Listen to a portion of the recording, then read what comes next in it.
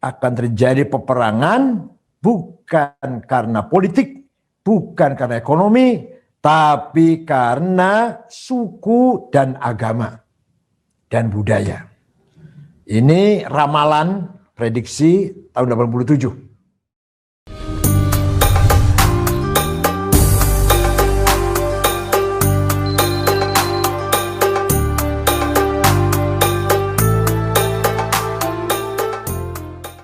Ada seorang guru besar Harvard di bidang ilmu politik bernama Samuel Philip Huntington yang menulis buku dan diceramahkan bukunya itu pada tahun 1987.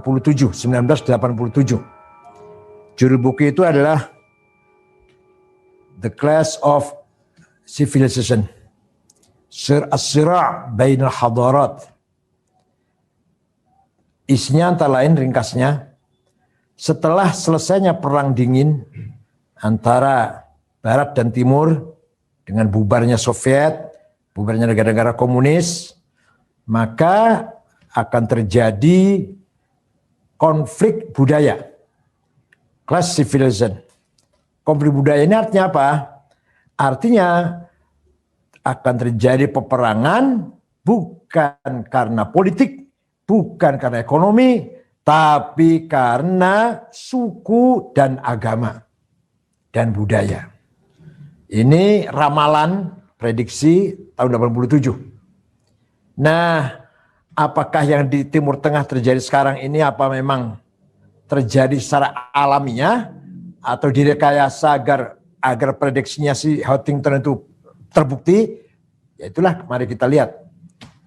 Tapi saya cenderung itu semuanya supaya membuktikan bahwa prediksinya Huntington itu benar, terbukti di Timur Tengah terjadi Ar-Rabi' al-Arabi, Arab Spring, Arab yang bangkit, yang dimulai dari Tunis, kemudian presidennya sampai lari, Zain bin Ali, kemudian merambah ke Mesir, Presiden Hosni Mubarak terguling, kemudian ke Libya, Presiden Muammar Gaddafi terbunuh di gorong-gorong got, dan sekarang masih terjadi Suriah, masih terus berkecamuk, kemudian lahirlah ISIS, lahirlah dan seterusnya, konflik di Yaman, konflik di Irak, di Afghanistan, itu semua bukan karena politik, bukan karena ekonomi, tapi lebih karena perang antar kelompok di faktor budaya, faktor suku, faktor agama yang menjadikan mereka perang. Bayangkan di Afghanistan itu 100% Muslim, suku hanya 7 loh. Kita sukunya 1000 lebih, di Afghanistan hanya 7. Perang saudara sudah 40 tahun, ratusan ribu yang mati. Apa itu? Bukan perang politik, bukan perang ekonomi, tapi jelas persaingan antar suku dengan mengatasnamakan Islam.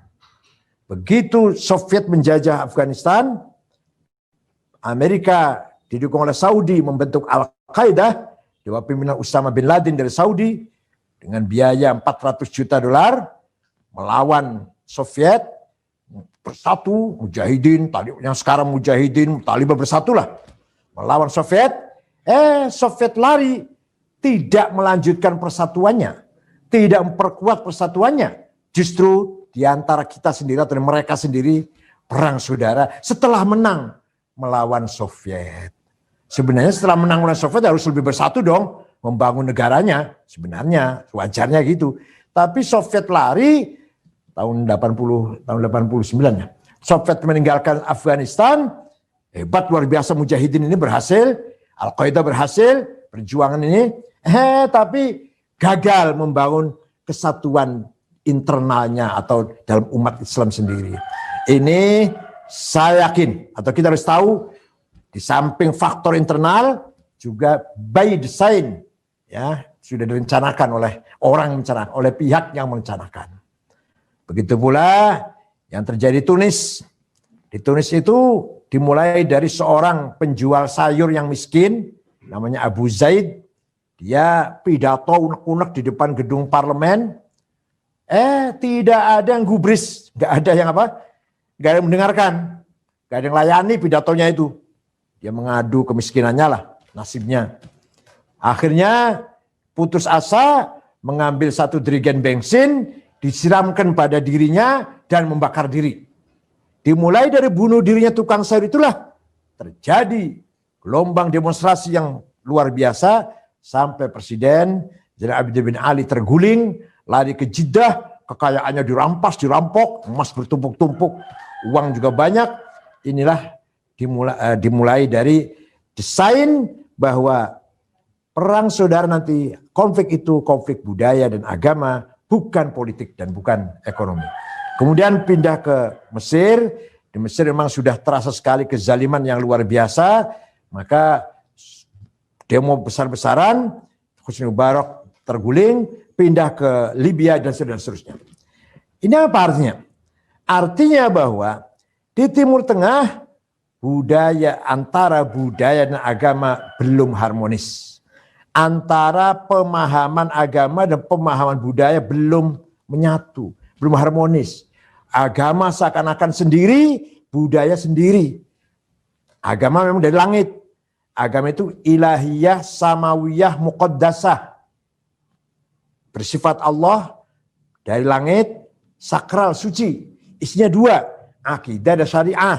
Teologi, rukun iman, dan ritual ibadat syariah. Kalau budaya, itu kreativitas, kecerdasan, kemajuan, capaian manusia yang bersifat insaniyah, waqi'iyah, ijtihadiyah, kreativitas. Nah, dua hal ini antara agama yang bersifat doktrin atau bersifat ta'alim, ilahiyah, samawiyah dengan ijtihadiyah, insaniyah di Timur Tengah belum harmonis, masih bertentangan, masih saling menunjukkan eksistensinya. Oleh karena itu, para pejuang muslim yang besar-besar ya, bukan yang kecil ini, para pejuang muslim, tokoh-tokoh pejuang muslim besar, Said Qutb, Hasan Banna, Yusuf Qaradawi, Wahbah Zuhaili, Muhammad Ghazali, Said Hawa, Hasan Turabi, beliau-beliau adalah pejuang muslim tapi tidak nasionalis. Hum mujahidun muslimun walaysu biqaumiyin wataniyin.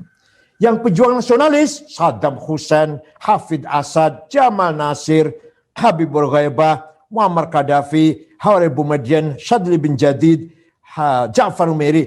Beliau-beliau ini adalah pejuang nasionalis, melawan penjajah. Tapi bukan pejuang Islam.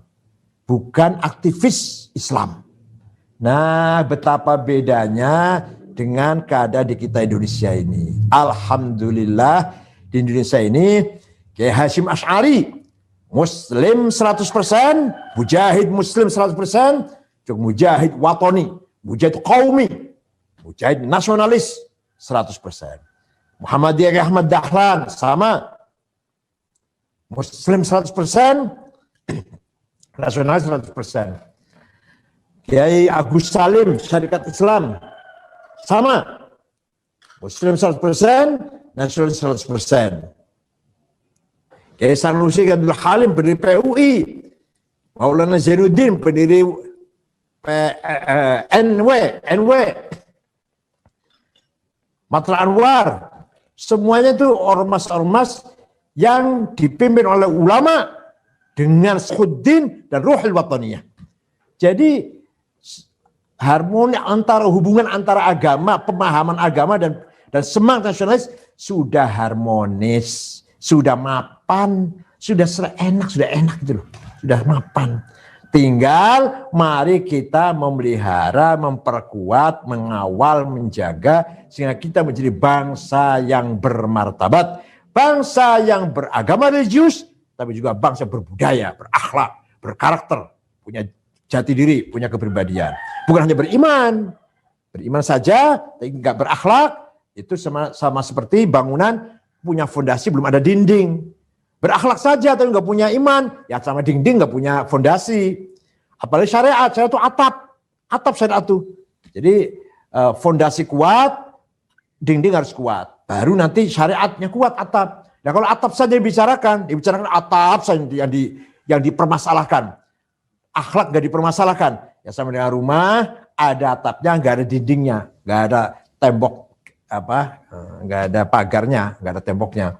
Pasti akan ambruk. Oleh karena itu, Syauqi mengatakan, wa innamal umamul akhlaqu ma baqiyat fa inhumu dhahabat akhlaquhum dhahabu.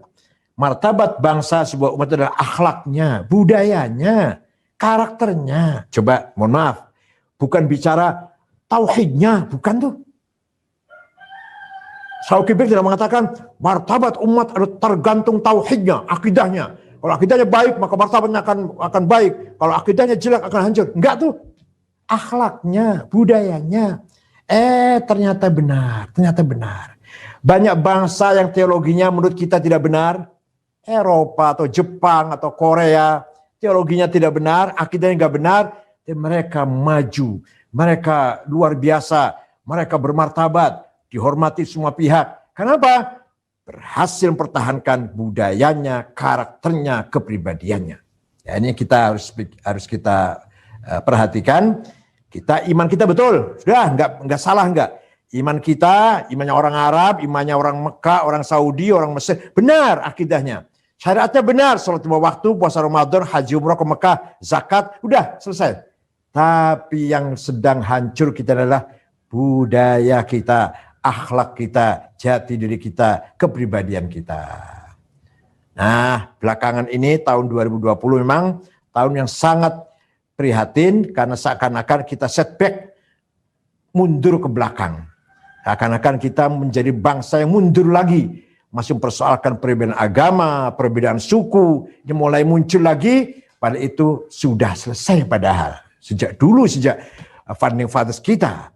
Ki Hasyim Asy'ari mengatakan, Indonesia Darussalam tahun 36. Tahun 36 sebelum merdeka, Ki Hasyim Asy'ari mengatakan Indonesia Darussalam, negara yang damai, negara yang aman, antar agama selesai, antar suku nggak ada masalah. Bukan negara agama, negara Darussalam, bukan Darul Islam, bukan. Antara agama, berbeda agama, berbeda suku tidak menjadi masalah. Kita punya ukhuwah watoniyah, ikatan persaudaraan sebangsa dan setanah air. Nah ini tahun-tahun akhir ini surut lagi, merosot lagi. Yang harus semakin meningkat menuju multikulturalisme, ternyata kita tarik ke belakang lagi, seakan-akan perbedaan agama dipermasalahkan lagi. Ini kita prihatin, padahal Al-Quran nih, jelas nih. Aduh, ayat berapa ya? Surat An'am ini. Wala tasubbul ladzina yad'una min dunillahi fayasubbul adwan bighairi ilm. Kadzalika zayyana likulli ummatin amalahum. Wahai orang Islam, jangan sekali-kali kamu mencaci maki non muslim. Jangan mencaci maki orang yang tidak menyembah Allah. Kalau mau literalnya begitu. Terjemah literalnya begitu. Jangan mencaci maki orang yang tidak menyembah Allah. Kesimpulannya, jangan mencaci maki non muslim. Kesimpulannya. Kenapa? Nanti mereka mencaci maki Allah. Sehingga akhirnya bangsa menjadi bangsa yang saling caci maki. Bighairi ilm, nggak ada gunanya itu. Kita caci maki orang Kristen atau Buddha, Hindu, Konghucu, mereka mencaci maki Islam, nggak ada artinya itu. Fayasubbul adwan bighairi ilm. Nah, terusnya ayat ini. Kadzalika zayyana likulli ummatin amalahum. Demikianlah saya jadikan bagi setiap umat itu kebanggaannya. Kreativitas yang mereka banggakan. Setiap umat itu, setiap kelompok mempunyai peradaban, kemajuan, kreativitas, capaian yang mereka hasilkan, yang mereka banggakan. Orang Sunda punya capaian sendiri, orang Jawa punya kebanggaannya sendiri, orang Madura ada sendiri, Batak, Dayak, suku Cina, suku Arab, mohon maaf Habib, suku Arab punya kebanggaannya masing-masing. Harus kita hormati. Tidak boleh kita mencaci maki budaya satu sama lain. Di Quran itu, kadzalika zayyana likulli ummatin amalahum. Setiap umat saya yang menjadikan, coba. Saya yang menjadikan setiap umat itu punya kebanggaan masing-masing. Oleh karena itu, jangan caci maki budaya masing-masing. Itu selain non muslim. Apalagi sesama muslim, apalagi ya Allah. Apalagi sesama muslim. Gus Dur buta mata, buta hati. Nggak boleh begitu itu. Nggak boleh. Jokowi, Jokodok, nggak boleh. Ngeritik boleh, tapi caci maki itu nggak boleh. Said Agil, bego, nggak apa-apa. Kalau saya nggak apa-apa, silakan kata bego, silakan nggak apa-apa. Kalau saya nggak apa-apa. Mau bego, mau sesat, mau apa, mau gemawon. Tapi Gus Dur jangan. Habib Lutfi dikritik, coba Habib Lutfi bukan kritik, caci maki. Habib Lutfi, ya Allah, ini sesama Islam. Katanya berjuang Islam katanya, kan dakwah Islam. Quran melarang caci maki dengan non Muslim, apalagi dengan orang Islam. Ya Allah. Wala tuti' kulla halafim mahin hammazim masya'im binamim utullim ba'da dzalika zanim. Jangan kamu dengarkan berita hoax yang kesana kemari sedang tersebar. Jangan kamu mudah diadu domba. Orang bikin fitnah, kesana kemari bikin fitnah, yang mulutnya kotor. Dan seterusnya. Manna'in lil khair mu'tadin athim. Mencegah kebaikan. Mu'tadin athim, menimbulkan permusuhan, athim. Dan menimbulkan dosa besar. Jadi gambar Quran sudah jelas sekali. Caci maki, hoax, fitnah, adu domba, berita bohong, itu akan melahirkan permusuhan, akan terjerumus pada dosa besar, yaitu kita saling bermusuhan, saling fitnah, akhirnya pasti akan menghancurkan umat Islam kita sendiri. Nah ini yang diharapkan, keadaan seperti ini, yang ditunggu-tunggu, yang diharapkan oleh a'daul Islam, oleh Yahudi, oleh Barat, oleh Samuel Huntington, itu mengharapkan perpecahan ini. Itu benar kan? Itu benar kan prediksi saya? Nanti gitu dia. Itu benar kan apa kata saya? Konflik ini bukan konflik ekonomi atau konflik politik, konflik agama dan suku kan? Nanti gitu nanti. Mari kita tunjukkan Indonesia tidak seperti negara lain. Kita tidak akan pecah, tidak akan berantakan walaupun kita terdiri dari berbagai suku dan berbagai agama. Tunjukkan pada Huntington. Tunjukkan kita tidak seperti yang Anda bayangkan. Tidak seperti yang Anda ramalkan. Kita beda, kita kuat. Gitu loh. Oleh karena itu dalam muhasabah ini, muhasabahnya evaluasi apa yang telah dicapai oleh PBNU atau lembaga dakwah NU, yang baik kita teruskan, kita lanjutkan, yang tidak baik, tidak benar atau gagal kita tinggalkan. Kemudian hasibu anfusakum qabla an tuhasabu. Evaluasilah dirimu sendiri sebelum kamu dievaluasi. Kemudian setelah muhasabah, mu'atabah, blaming self, mu'atabat anfusina, mu'atabatun nafas. Yang gagal, yang salah, yang keliru, ayo kita akui, saya itu yang salah saya. Kenapa ini gagal? Saya yang salah. Kami yang salah. Kenapa ini belum berhasil? LDNU yang salah. Gitu. Itu namanya gentle. Dan jangan nyalakan orang lain. Mu'atabatun nafas. Maksudnya supaya menjadi orang bertanggung jawab. Mu'atabatun nafas. Tapi tidak berhenti situ. Yang ketiga, muraqabah. Membangun supervision. Kita yakin tahun 2021 Allah akan merubah nasib kita.